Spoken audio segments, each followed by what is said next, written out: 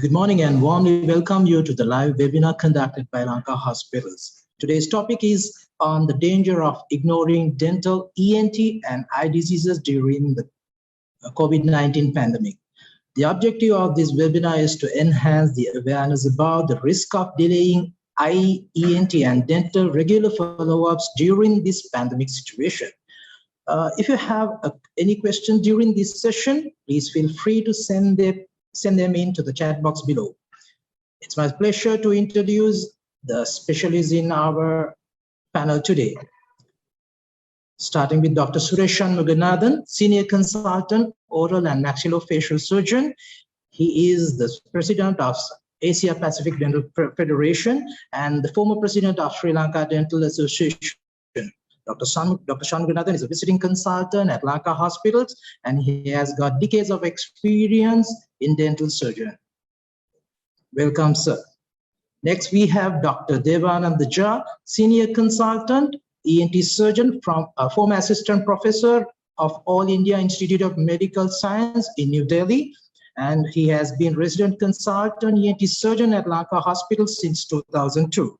Welcome, sir. Then we have Dr. M. Nandakumar,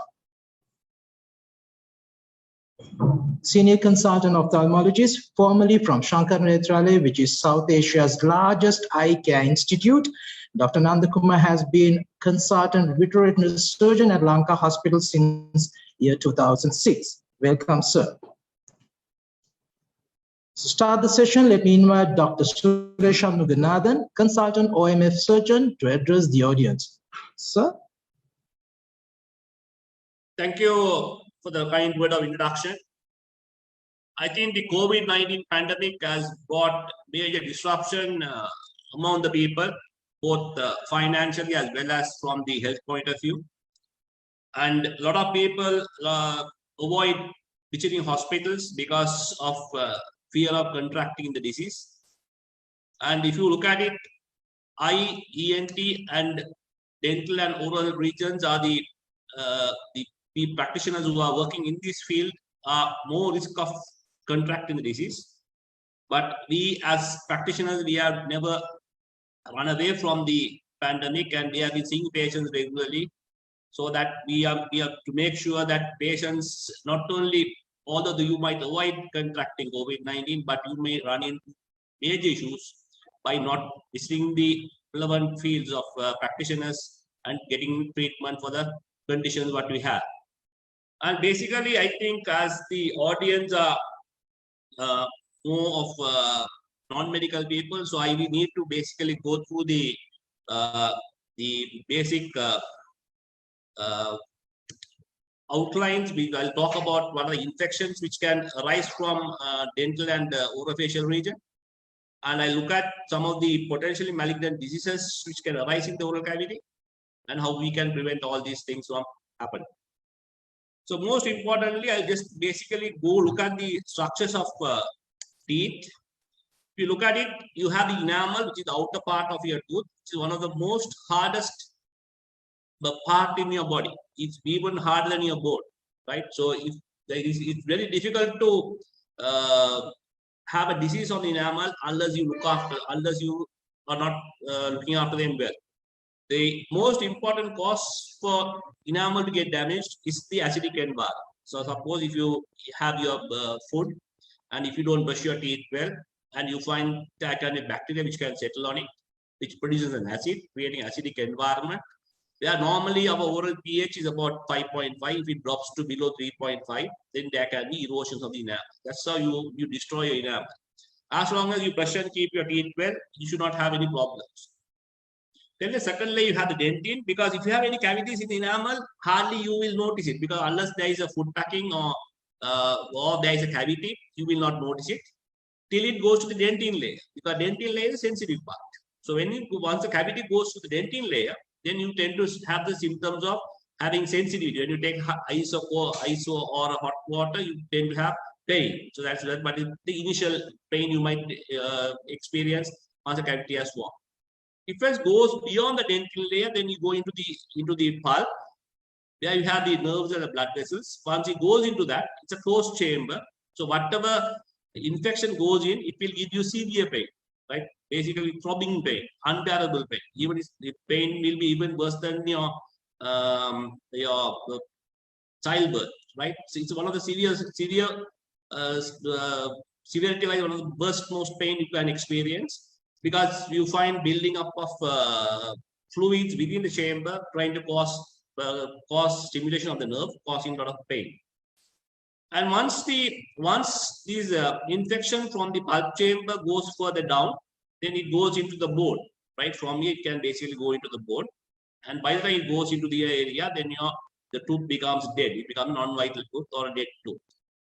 So surrounding that tooth, we have the gums. It is important to look after the gums as well, because if you don't look after the gums, then you tend to run into the gum disease. So if you look at it in a diagram, if you have a good healthy tooth, the initial cavity, which is only in the enamel, which usually you will have only a cavity, you won't have any pain. So unless you go to a dentist and see at this particular point and get it treated, it will progress further down into the sensitive part of your tooth, that is the dentine. And if you ignore this further, it will go further down into your pulp region. That will cause you pain, and it can result in giving rise to infection. So basically, people initially, when we have people tend to come to us when they have dentin sensitivity. They take when they have hot or cold food or water, they have sensitivity, which can be due to either caries formation, or it can sometimes be due to abrasion. Sometimes when you brush it very hard with a hard brush, or you not force in brushing, you can have abrasions in the gum margins, which can cause sensitivity. So a lot of people tend to use desensitizing toothpaste. Yes, you can use it. If you provide it, you use it for 2 weeks and see whether you have any relief. If you don't have the relief, make sure that you tend to see a dentist to see why this sensitivity is persisting. Because usually by toothbrushing, if you have these type of abrasions in the tooth margin, the tooth gingival margin or gum margin, you tend to have sensitivity. So in these conditions, because you find the dentin is getting exposed, dentin has a lot of nerve endings which can stimulate it and cause pain. So if you use desensitizing toothpaste in these types of environment, then you might have some sort of relief. But if you have big cavities like this, there is no point in using desensitizing agent. You may have to go see and sort out it. So important point is that if you find these persist for more than 2 weeks, make sure you see a dentist for your sensitive part. Right? So if you find cavities which has formed like that, then of course you need to have filling. So this has to be restored. Now, of course, you have nice cosmetically, aesthetically appealing materials available. So you hardly see once the filling is done that there are any cavities being filled or filled, especially in the anterior part of your mouth. Right? So again, cavity which has formed by excessive force in brushing, that also been filled. Then you have to look after your gums as well, because if you are healthy gums, you have fine, nice pink in color. If you find food is accumulating around the gum margins, if you have not cleaned it well, again you will find there will be acid production from bacteria settling on the food particles, and that will start dissolving your bone, and that will cause irritations in the gum margins, and you will find the gums will start receding, and you will find there will be space between it. A lot of people come and tell us that there is food when they eat, food they tend to accumulate between the teeth because you are not looked after your gums, so your gums are receded, and that has caused major bone loss. You can proceed. You can see in this diagram that your gum disease has been progressing further and further. Resulting, you can see the bone margins between the teeth are going down. So that results in ultimately you losing your tooth. Right. So traditionally, you will find, if you have a gum disease, you see this in between the gums, your gums are very swollen. And when you brush, you get a lot of bleeding. And you can see yellow particles, yellow tartar is accumulated. So once you clean it, it basically goes back to its normal self. It's important that you see dentist regularly and make sure that you get your teeth clean. So this is the initial stage. The best thing is to address it at the initial stages of your disease. If you allow it to progress, you will find these build-ups will happen greater and greater, and you will ultimately start losing your gums. Gums will start receding, and you will find your root parts of your tooth getting exposed, which will become very sensitive. And you will find such amount of tartar buildups. So once you clean it, you find that your gums will come back to its healthy status. Of course, the most important thing is that you have to brush your teeth well, at least twice a day, with a fluoride containing toothpaste. So once you find these infections, I said from the pulp chamber goes further down into the bone, then you can get into infections. What you call as infections arising from the tooth as well as from the surrounding tissues from your gums. So if you find these, so initial stages from from an enamel cavity, it has gone into the dentine, it has gone into the pulp chamber, and from that it has gone into the bone. So once it goes into the bone, you can see there is a changes here. There is a bone loss here from this cavity. Right? So this infection, depending on your immunity, it can react in different ways. Sometimes it might settle there if your immunity is good, your body's capability is good to fight infection, or because of use of antibiotics, you will be able to contain that infection within that area. So once you take this tooth out, or once you do a root canal filling on this, on what the positive tooth, then your infection will resolve. But if your body is unable to fight the infection because of other comorbid factors, suppose if you have uncontrolled diabetes mellitus, you have bone infections, you're on some immunosuppressive therapies like after renal transplants, liver transplants, those conditions, or patients on for drugs for rheumatoids, people are put on steroid drugs, will result in immunity go down. So in those particular cases, you find the body's ability to fight infections might be less. So in those cases, you can see that patient can develop into frank infections. You can see if you have a chronic infections, if your body is able to cope up and fight it, basically you'll find that on the whatever infection builds up in the tooth from the bone breaks out. So a lot of people will come and tell us we have a small sinus discharging from the gum margin. So this is all this because of the tooth, right? Because you have caries tooth. From the infection goes to the bone. Through the bone, it breaks through the bone, or the outer part of the bone, and comes through the mucosa or inner part, the skin part of your oral cavity. This is again from your lower tooth. It can come up in the chin, and once you treat the causative tooth, then that will basically resolve on its own. Right. So this is the infection trying to spread from the tooth. It can come through the bone, break out into your oral cavity.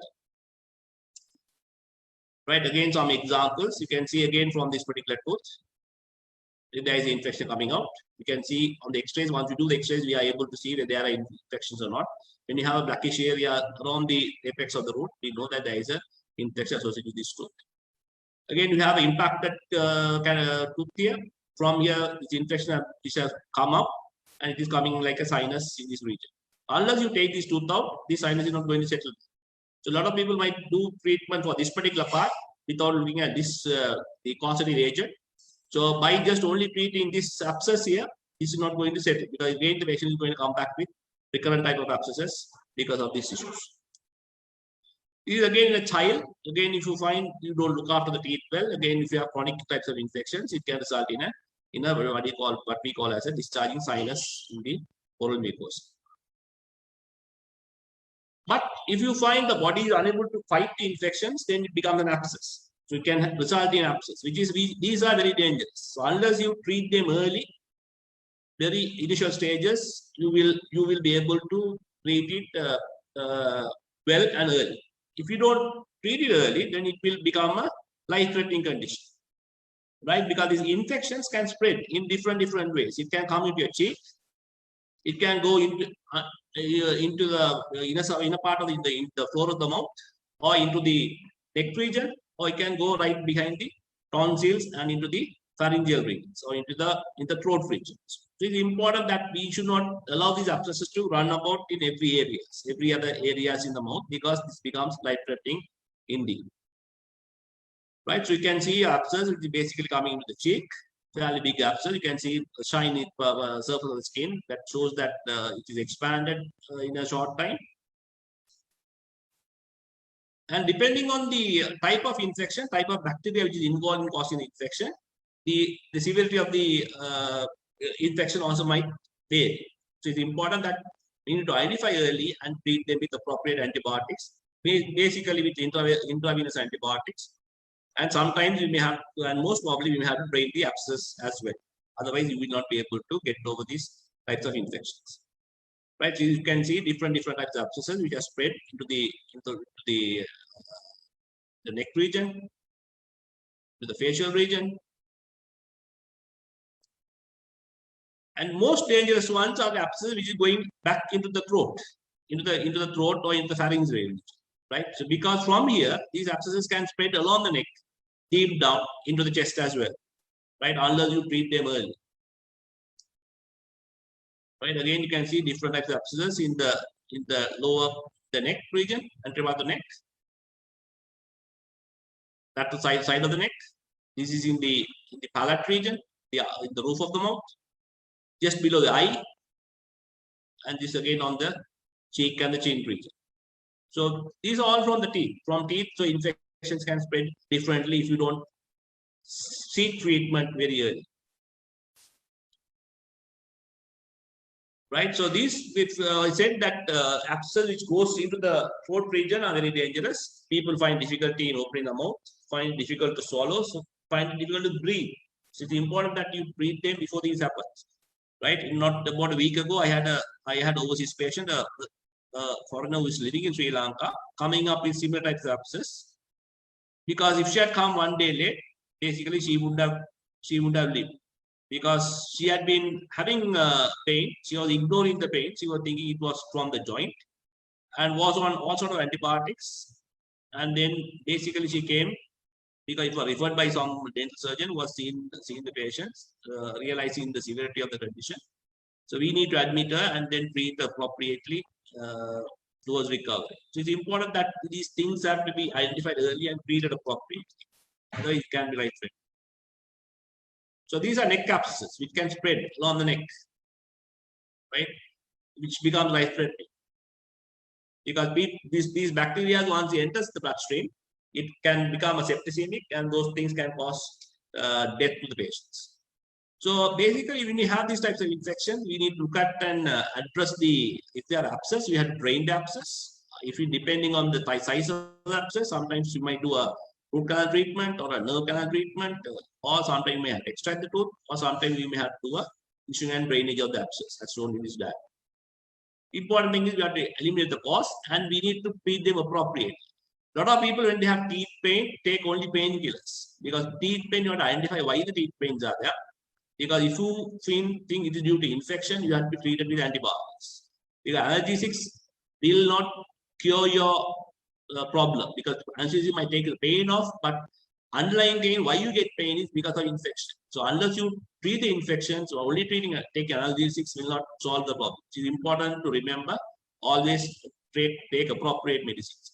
And also when you take antibiotics, you have to take antibiotics as prescribed. Because sometimes people stop antibiotics after 2-3 days because the pain, the swelling, pains are settled down.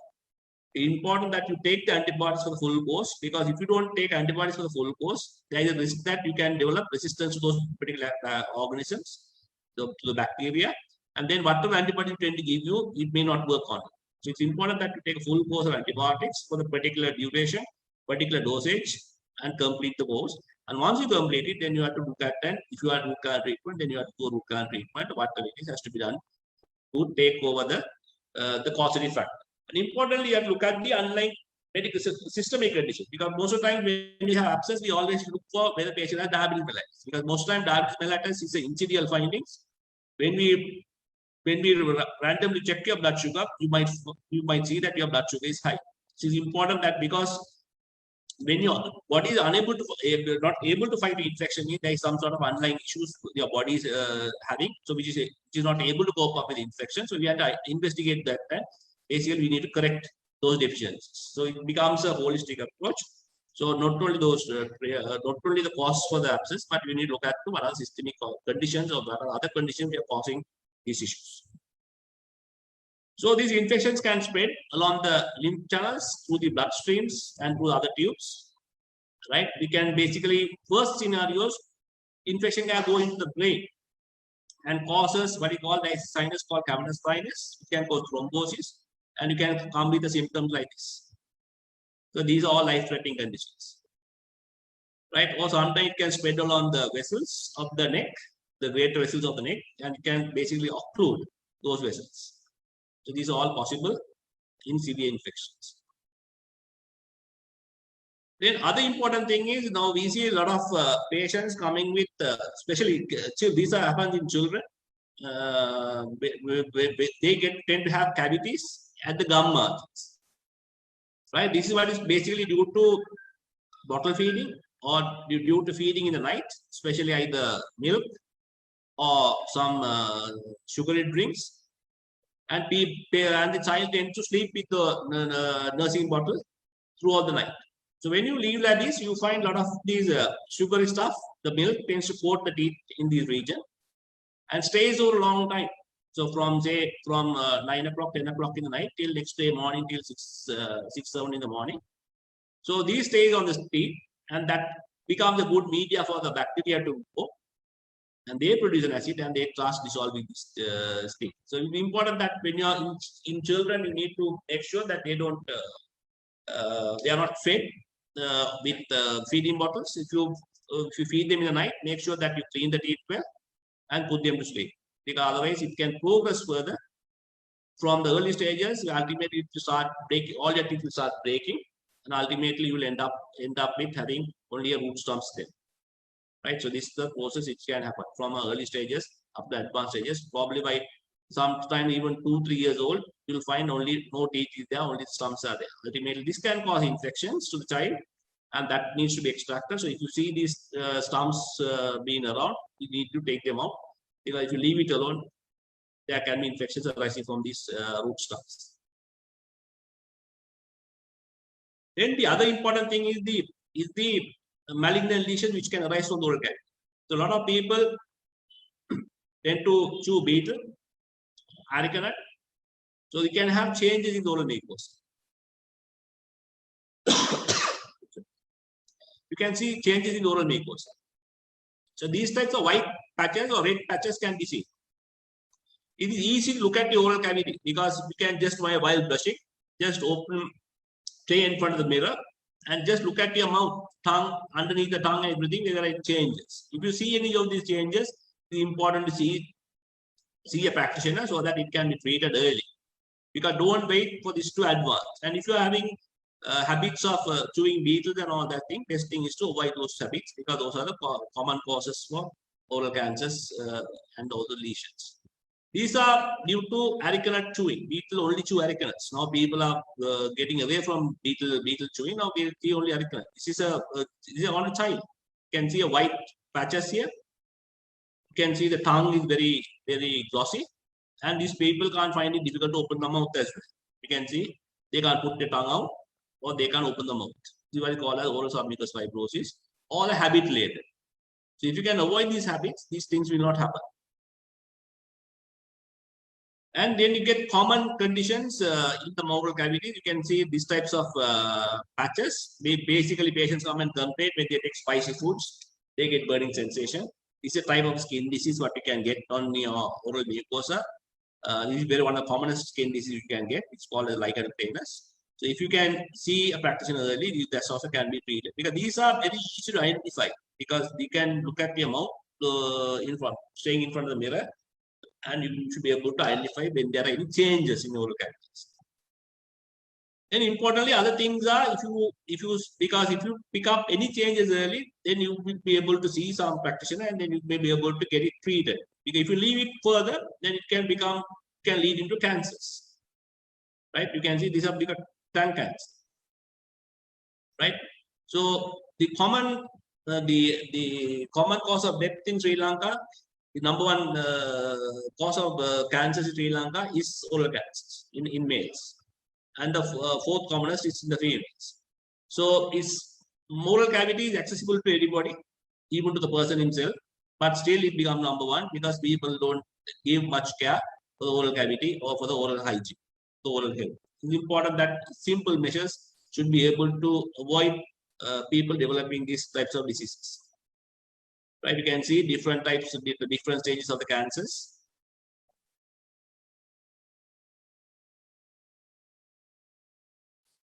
Right, so these once you have cancers, once you detect it early, it's very easy to treat it. Once it becomes more advanced, then we need to go for complex surgeries to treat it. These are all complex surgeries to treat cancers. Right.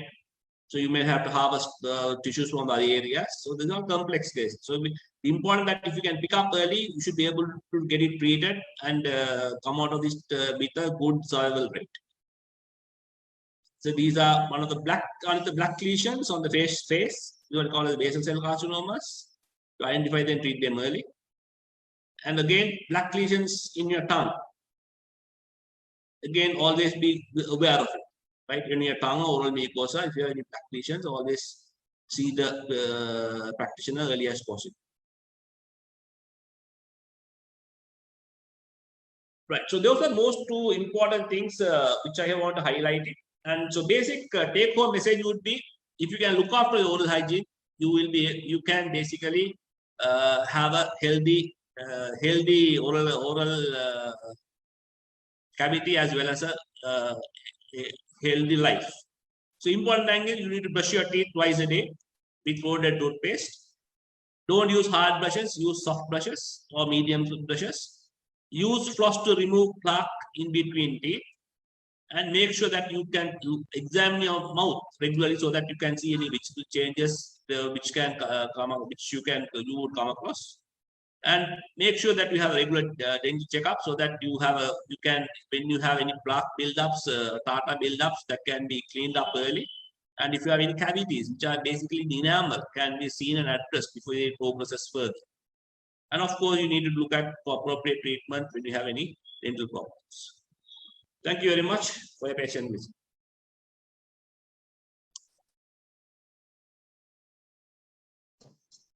Thank you very much, Dr.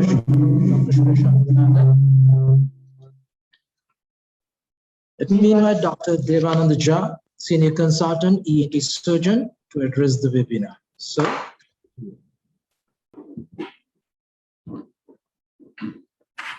good morning, everyone. SARS-CoV-2 or the COVID-19 disease has actually caused a lot of problems to us worldwide. Most of us have been in situations of lockdown. We are not able to do most of our regular activities.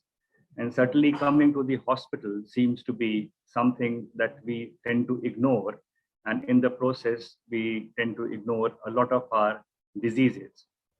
Now, this talk is basically for the layman. So the problems of ENT diseases, which a layman can face while being locked down or have his movements restricted, is the topic of our discussion today.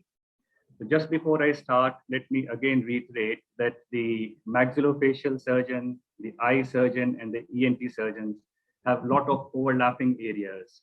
A lot of talk that I wanted to actually share with you and talk with you has already been dealt with by Dr. Suresh. So my topic would be that if you are sitting at home and you have an ear, nose, and throat problem, should you come to the hospital or should you just stay at home, fearing that the SARS-CoV-2 disease or the SARS-CoV-2 virus is possibly going to cause more harm to you than having these problems? So my job today is to explain to you that there are certain situations in ear, nose, and throat disorders which should not be ignored. Now, there are some warning signs and there are some conditions which you will recognize, and for that, you should come to the hospital. Remember, I do not say that the SARS disease that we are having now, the pandemic that we are on now, is any small viral disease. I would like to reiterate again, as all the health experts have already said, that this is a dangerous disease, but then ignoring some of the conditions of ear, nose, and throat disorders, trying to stay at home, ignoring them, taking painkillers, taking antibiotics randomly, may cause much more harm than coming to the hospital, which in most instances would provide you treatment and would also ensure that you don't get affected by this deadly disease. So one more thing I wanted to share with my audience at large, which I believe most of my patients would also be seeing, is that ear, nose, and throat disorders also include head and neck diseases. So we are ear, nose, throat, and head and neck surgeons, and also skull-based surgeons. So in my talk, I would be addressing some of those problems which you can have, which you may not realize, and which may certainly prove detrimental in the long run. Let me go down.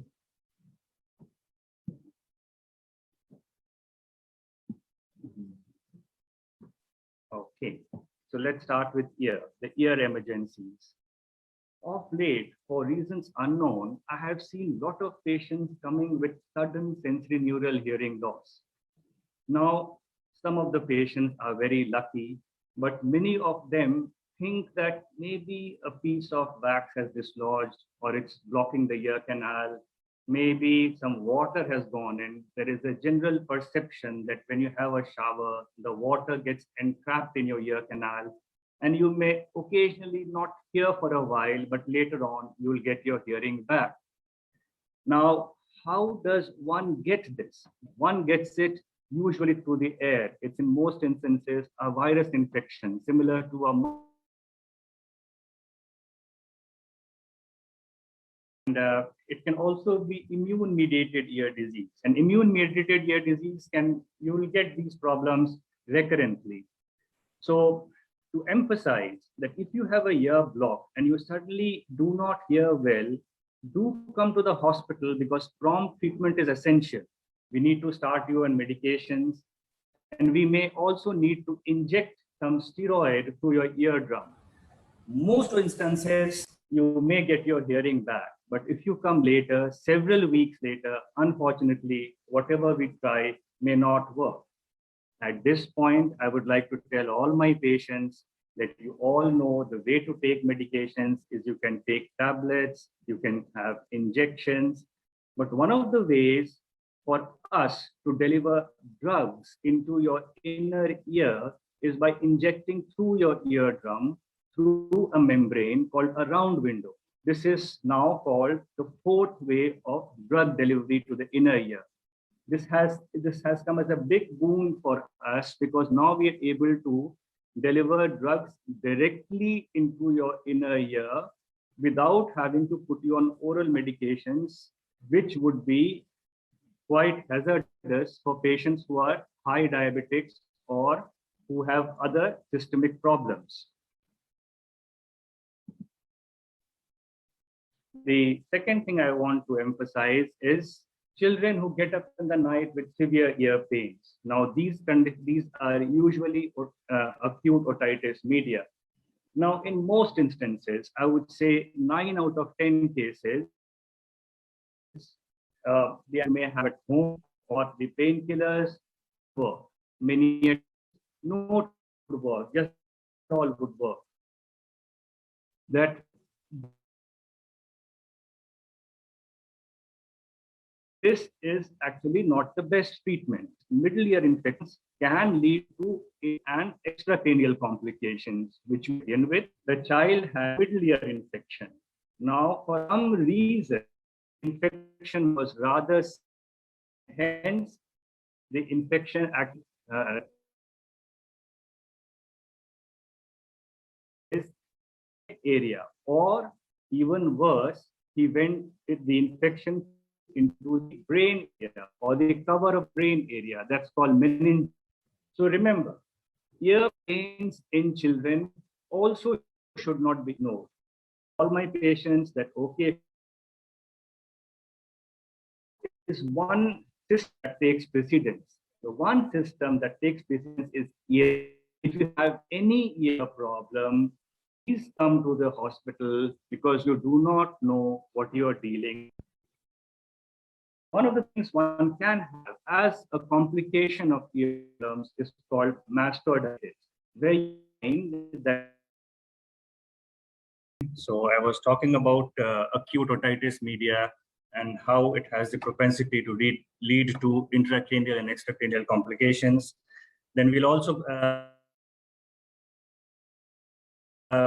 as we were discussing that, I go down. Yeah.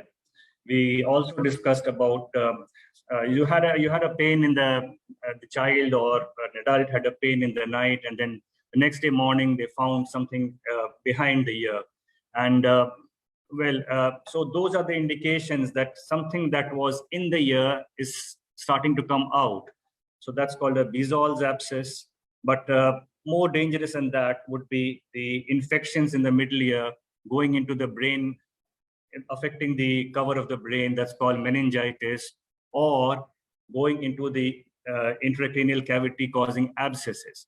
Now remember, it is not necessary that you've had a pain in the night and then you've had this infection is the only condition in which you can have these dangerous complications. There would be many patients who have ear discharge for decades and decades and decades, and one day they find they have a high swinging fever, they have throbbing headache. You could well have had an infection from the ear going into the brain. So it's always important that if you have any ear problems, at least get a diagnosis made, especially for patients who have a chronic ear discharge. The pus has been pouring out from your ear, or there has been a bad smell in your ear for a long time. Get a diagnosis made. Ask your doctor clearly, is it a safe disease, doctor, or is it an unsafe disease, doctor? If your doctor has very clearly told you that it is an unsafe disease and the disease from the ear has a propensity to get into the brain, it should have been a good time to operate then. But nevertheless, if you are in a lockdown area, or if you are having problems accessing the hospital, remember that any of these symptoms of high swinging fever, headaches with the ear discharge can herald dangerous problems, so time to come to the hospital. There is one more condition I would like to emphasize on, and that's called malignant otitis externa. Now, this condition is usually seen in elderly diabetics who have ear discharge. The hallmark of this disease is excruciating pain, something that they have never experienced before. Now, what happens is, it is not a disease which is limited to the ear canal only. It is actually skull-base osteomyelitis, which means the whole of your base of skull has been inflamed. The bone has been involved. The cover of the bone has been involved. So this pain actually requires intense medical treatment. There is not much of a surgical role in it, but it requires an intense medical treatment. This can be life-threatening. So remember, if the elderly people, diabetics at home who complain of an intense pain in the ear, you should access the hospital because it might be too late. These are life-threatening conditions. Now let us come to some nose emergencies. Now in the lockdown, the children are playing, everybody is playing, a lot of people in the house, and suddenly someone has a fall, they bump their nose, and the child says, I can't breathe.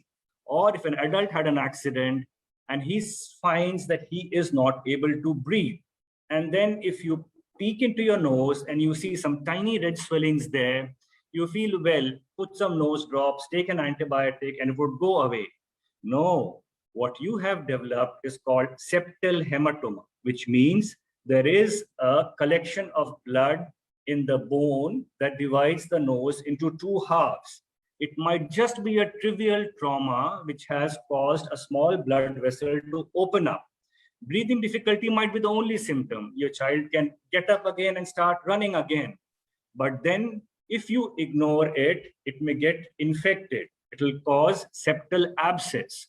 Now, if you ignore the septal abscess, it can spread around the nose, get elsewhere, or more commonly, the septal abscess can start resorbing and the whole nasal skeletal tends to collapse. So one should not ignore even minor trauma, especially when you have a breathing difficulty after that. Now, minor traumas may not be very minor. If you have a nose trauma and suddenly you find that there is a lot of water-like thing pouring out of your nose. Now, in many instances, fearing that going to the hospital may be very challenging, and this water may just be a bit of a phlegm or a bit of an allergy problem. Let me see. let me see whether it gets better on its own. It could be brain fluid leaking from the nose. Now, this brain fluid leaking from the nose is a potentially serious problem. So for the patients who are listening to the webinar, injuries with brain fluid, with the water-like fluid leaking from one side of the nose nearly continuously when you tend to bend down would herald something rather dangerous, because untreated, you can have infections of the brain and could even lose your life. So if you have a phlegm problem on both sides of the nose, maybe you're not dealing with CSF rhinorrhea or CSF leaking from the nose, but if you have a drip from one side of the nose, which is clear like water, do come to the hospital, because possibly you have run into something serious. Now, some of the areas also encroach on the areas of the ophthalmic surgeons. For example, complications of sinusitis. If you have a child who has yellow phlegm coming out of the nose and you feel that all children have a bit of an infection, all children have a bit of a yellow phlegm coming from the nose, and suddenly you find that in the corner of the eye, around the eye, is a swelling. Now, to ignore that kind of a swelling can be detrimental, because it can be an infection from the nose and the sinus, which is getting into the eye. So that has to be looked into very carefully. You may need treatment. You will need an eye doctor also to have a look, because he has to see whether it's an inflammation just limited to the outer part of the eye, which can well be managed with intravenous medications, or it is an infection which has gone beyond the plate and can encroach on the vision, or a child can lose his vision, and which needs urgent surgical intervention. So if you have yellow phlegm in the nose and you suddenly find there's a swelling around the eye area, time to come to the hospital. Now, bleeding, it's a very, very common problem, epistaxis. Now, bleeding for the layman can be children having a minor bit of a bleeding, a mild injury in the nose, or a child puts his finger in the nose and a bit of a blood comes out. You put ice on the nose, you pinch the nose, and then the bleeding tends to stop. Sometimes bleeding just keeps on and on and on, and you may be losing a lot of blood before you realize that something serious is amiss. Hence, the recommendation is, if you have bleeding which is not stopping, then you should come to the hospital, more specifically for elderly people who are hypertensives. They actually have bleeding in the back part of the nose. That's called the Woodruff's plexus. And if they have uncontrolled hypertension and they start bleeding from the back part of the nose, what comes out of the nose is much less than what they swallow. So blood is constantly going inside the throat, into the stomach. So there's no way you are monitoring how much blood the patient is losing. So elderly people bleeding from the nose, having cold, clammy skin, they are possibly going into a shock because they are bleeding too much. So that's the time you should not fear COVID. You should come to the hospital, take all the precautions, but make sure you are attended to by an ENT surgeon. An ENT surgeon at the first chance would try and stop the bleeding in the emergency itself. But a better treatment nowadays that we do, in the olden times, they would put different kinds of packs. So we have a discussion on packing the front part of the nose, packing the back part of the nose, letting the pack stay for a while, remove the pack, and then try and see whether the bleeding has stopped. But nowadays, the best treatment is take the patient to the operation theater, see the precise vessel that is bleeding, burn the bleeding vessel, and the patient can go home the next day. But remember, you may not know how much blood you have lost, because if you're swallowing a lot of blood, it may be too much blood. One very specific thing is called sphenoid mucocele. Now, this is something that one may not be aware of, that one has it. Now, it is basically a condition where there is phlegm collected in your sphenoid sinus, and that can impact on the vision in your eyes. Hence, you may just have a mild headache and a mild visual loss. and this condition may be missed and you may lose your eyesight forever.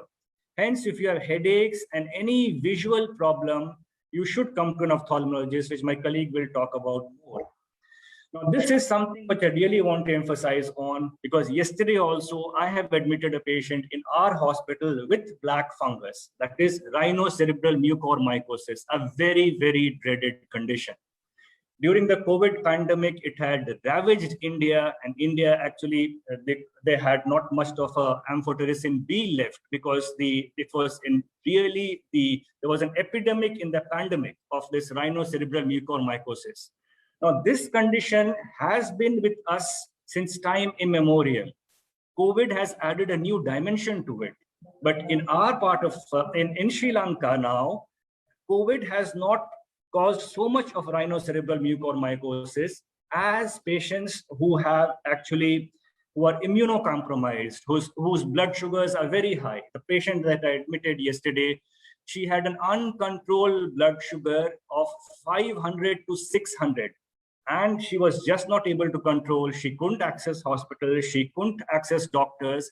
And then she has landed up with a loss of vision, severe headache, a bloody mucus discharge from the nose. And when I looked inside the nose, I saw that it was rhinocerebral mucormycosis or black fungus.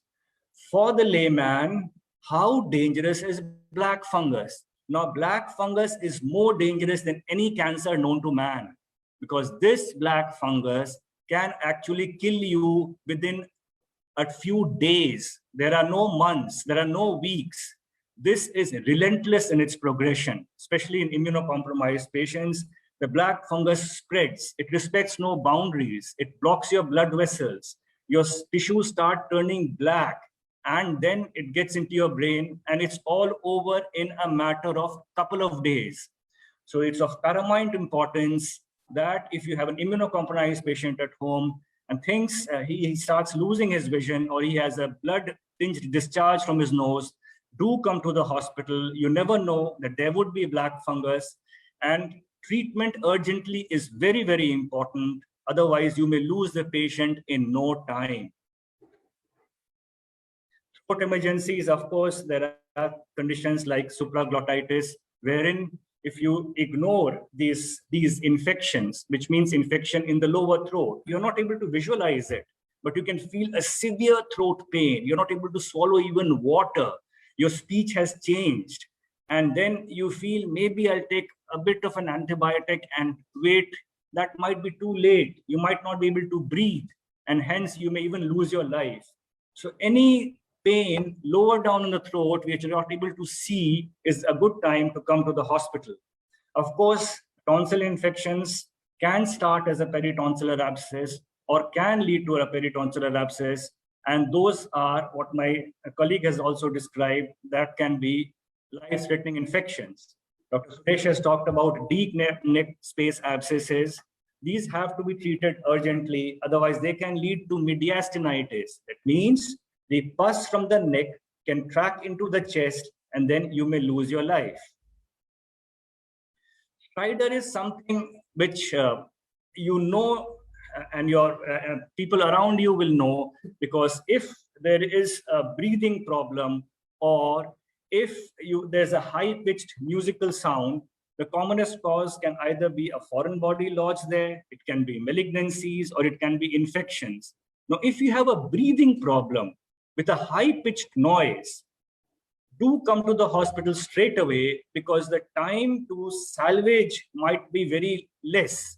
So either we may observe you, first we need to diagnose you by doing an examination called nasolaryngoscopy, and then we may observe you, giving you medications and see whether your stridor improves, or we may even have to intervene and provide an alternate breathing passage by doing a tracheostomy. So first you have to diagnose your condition and treat your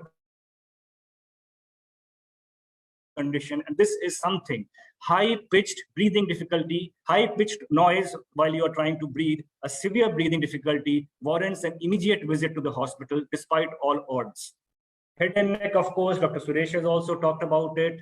The malignancies, do not ignore malignancy. These are relentless. you will not know there is malignancy. But if you have pain, if you have bloody discharge, if you have swallowing problem, you have been a smoker all your life, possibly we are dealing with something very sinister, time to come to the hospital. I hope this has helped you in making a decision that we are all in amidst very challenging times. We all do not like to go out of our houses, but there are situations that warrant, especially in the ear, nose, and throat area, that you should come to the hospital and get treatment done. Thank you.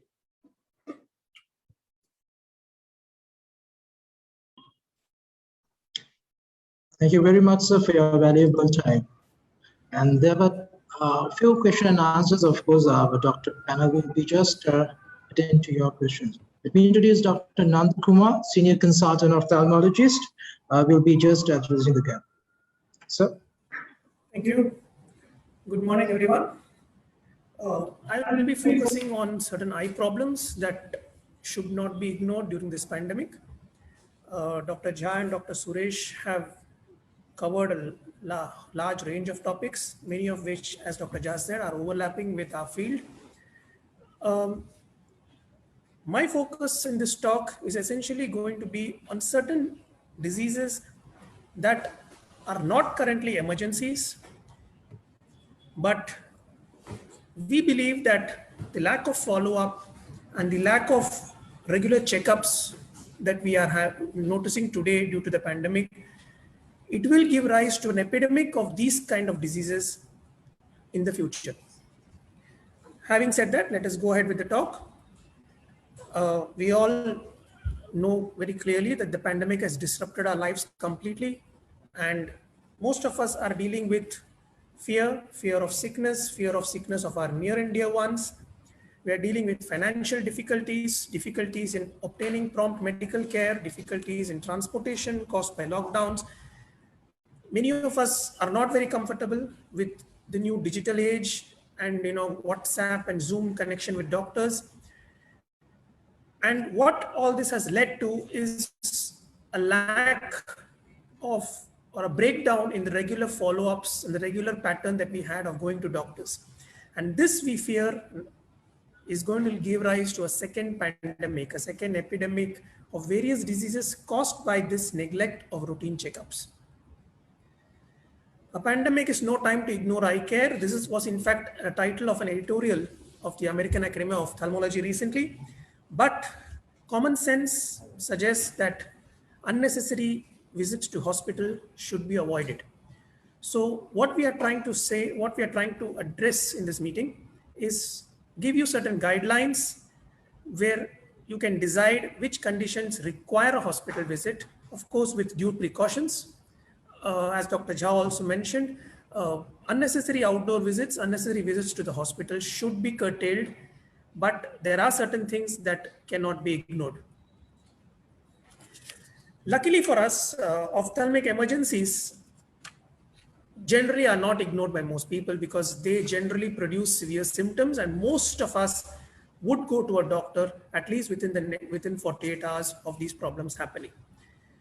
Sudden vision loss, onset of floaters, headaches, colored rings around bright light, very painful red eye, injuries. Most of us will not be ignoring this.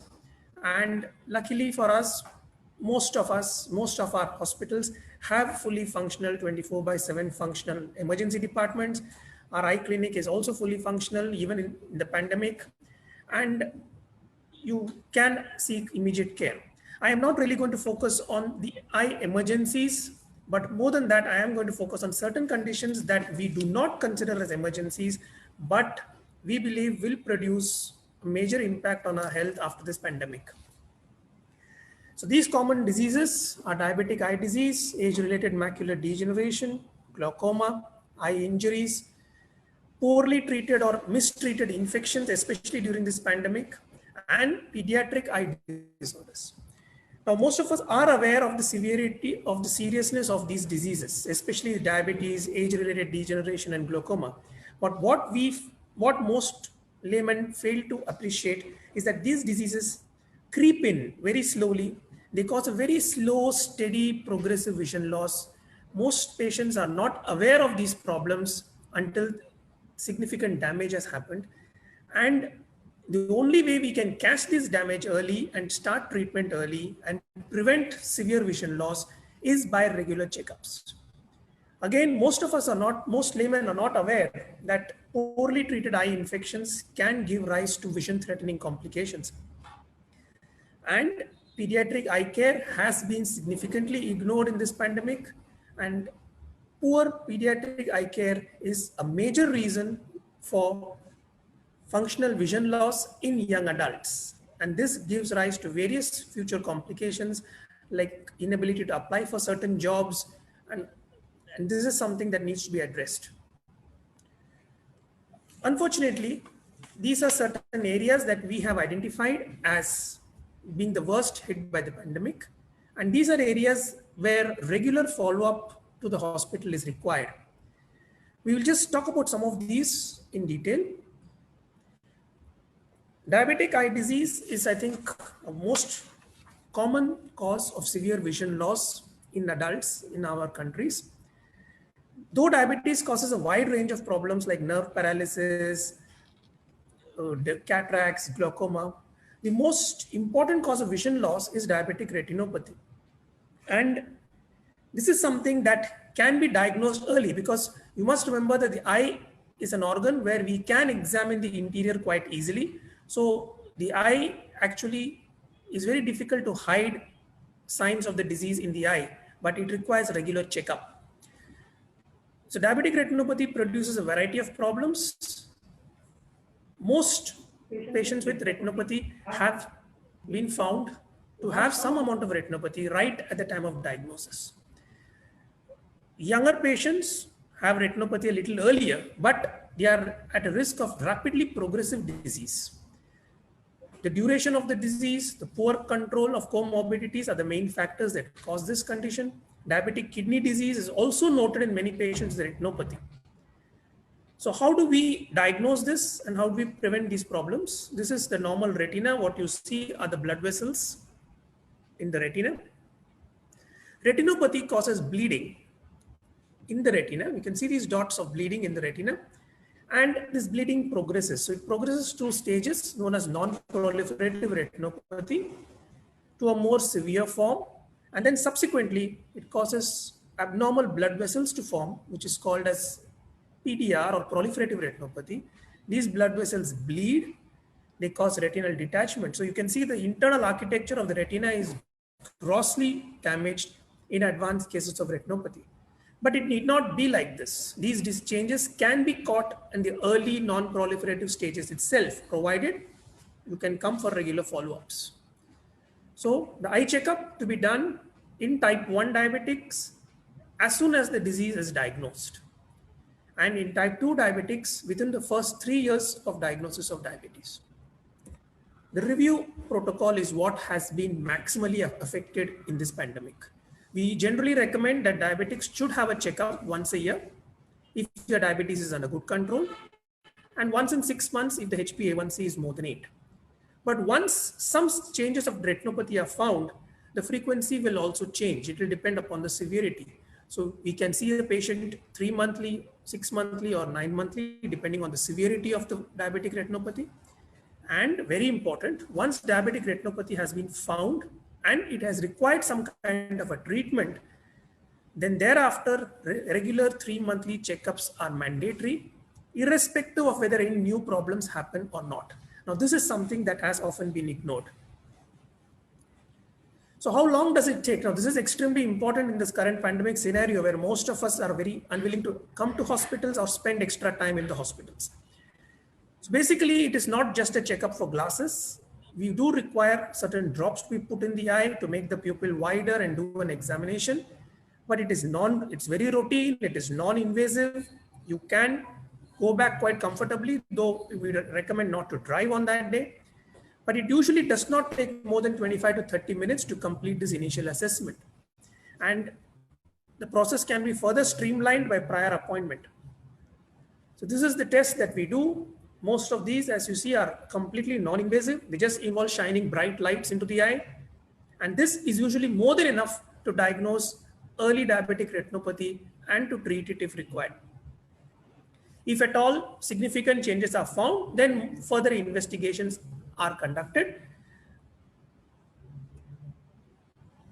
The other thing that has happened in pandemics is the treatment protocol for diabetic retinopathy has been affected. Now, most of the treatment nowadays consists of intravitreal injections given into the eyeball or laser. Now, these are not one-off treatments. They are done over multiple sittings. Injections, for example, are given once a month, and several injections are needed, usually 3, 5, even more than that in many patients. The laser is usually done in sittings given at 7 to 10 day intervals. So this protocol of maintaining specific intervals is important, and that has been affected in this pandemic. We are seeing a lot of patients where the first couple of injections have been taken, or the first sitting of laser has been completed, and then for several weeks the patient could not follow up, and that has worsened the eye condition. So basically, diabetes has been impacted by this pandemic in these ways. We are all confined indoors. Regular activities are affected. Food habits have altered. Stress, the fear of going to hospitals, and the lack of early care has all contributed to poor sugar control. Plus, we are not going for regular follow-ups, which means missed opportunities for early detection. Treatment schedules have been interrupted.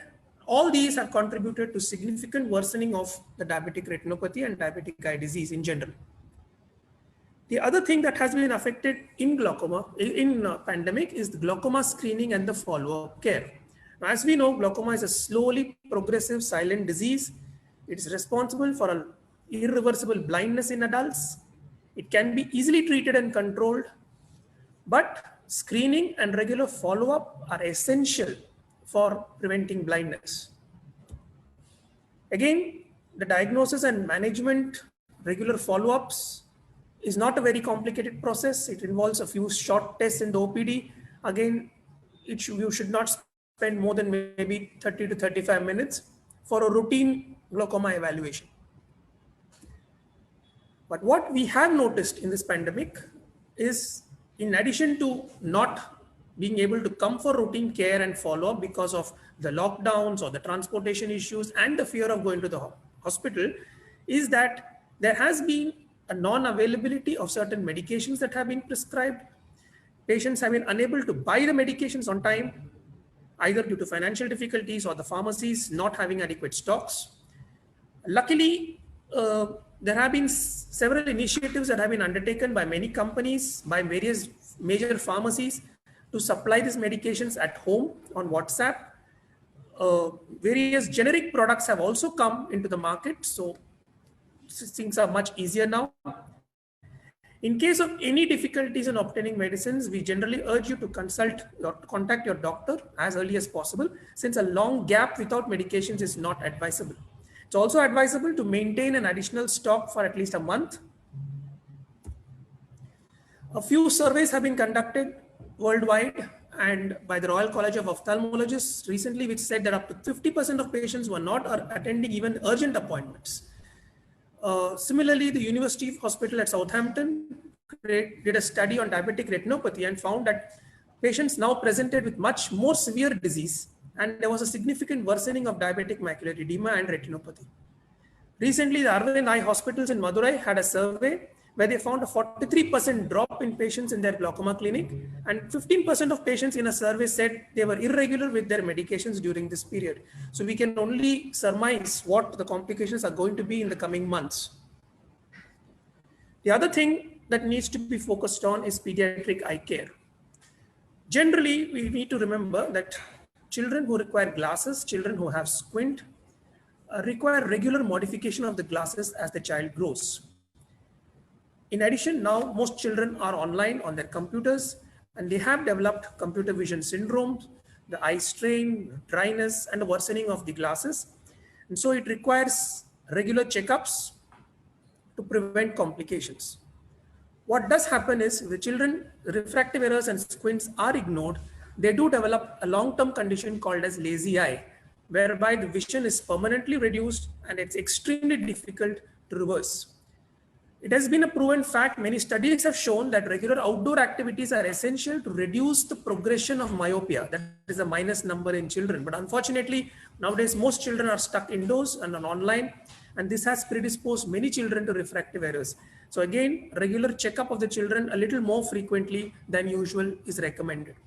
So it's a good habit for children to have their eyes checked once in 6 months, especially if they wear glasses or if they have had treatment for squints. I would also recommend that regular breaks from the computer and a little outdoor activities, maybe in the balcony or the terrace or in the garden, is advisable. The other thing that we have seen is a delay in cataract surgery. Now, though cataract is an elective condition and the patient can decide on the date of surgery depending on their convenience in most cases, there are cases where the cataract is already advanced at the time of presentation. And an uncommon delay in cataract surgery leads to the cataract becoming extremely hard. That makes it more difficult to operate, complications are higher, and the success and the recovery are suboptimal. So again, an excessive delay in cataract surgery is not really advisable. Couple of other small issues that we need to deal with. We have, as I told you, we have been working on our computers the whole day. So there's been an increased incidence of what we generally call as computer vision syndrome. It's basically a group of symptoms like tired eyes, dryness, burning sensation, worsening of the glass prescriptions. These need medical care, and I would recommend regular eye checkups for patients who are generally using the screens for long hours. We have also seen several cases. This photograph is actually from our OPD. We've actually seen several cases where mild antibiotic and steroid combinations are often used for small eye disorders or maybe mild eye infections, but these have been prescribed over the counter, indiscriminate use. The patient did not feel comfortable visiting a hospital to see an eye doctor, and the medications were used indiscriminately, and this has led to a fungal ulcer in the cornea. This patient will require a replacement or a graft on the cornea. So the key takeaway messages: eye emergencies need prompt care. Emergency department of most hospitals are open. The following up and treatment schedule for diseases like diabetic retinopathy and glaucoma needs to be followed as closely as possible. You may contact your eye specialist over phone or WhatsApp if you cannot go. With adequate intimation and appointment in most eye clinics, I think the waiting time can be minimized. With increased online activities that our children are doing, we need more regular eye checkups. Eye infections need professional care. We need to avoid the use of over-the-counter medications, especially the steroid and antibiotic combinations. And we need to think seriously about getting cataract surgeries done, since I think most elderly patients are afraid to come to hospital, but indefinitely postponing cataract surgeries is not a good idea. Thank you very much for your time, sir. With this, we'll be wrapping up the session for today. I would like to thank all three our distinguished speakers for their time today. I hope it has been an information and useful session for you all in the audience. If you have any further questions, you can send them to dihan@lankahospitals.com. The email address will be just weaving on the screen in a short while, and we will be responding to your queries. And if you have any further information with regarding to your dental, ENT, eye care specialist or service, please be kind enough to call or WhatsApp on those hotline numbers which will be appearing on the screen now. Our hotline numbers will be just in the screen. You'll be able, please feel free to call us, or you'll be able to WhatsApp for your queries. Thank you for all your time. Please have a nice day.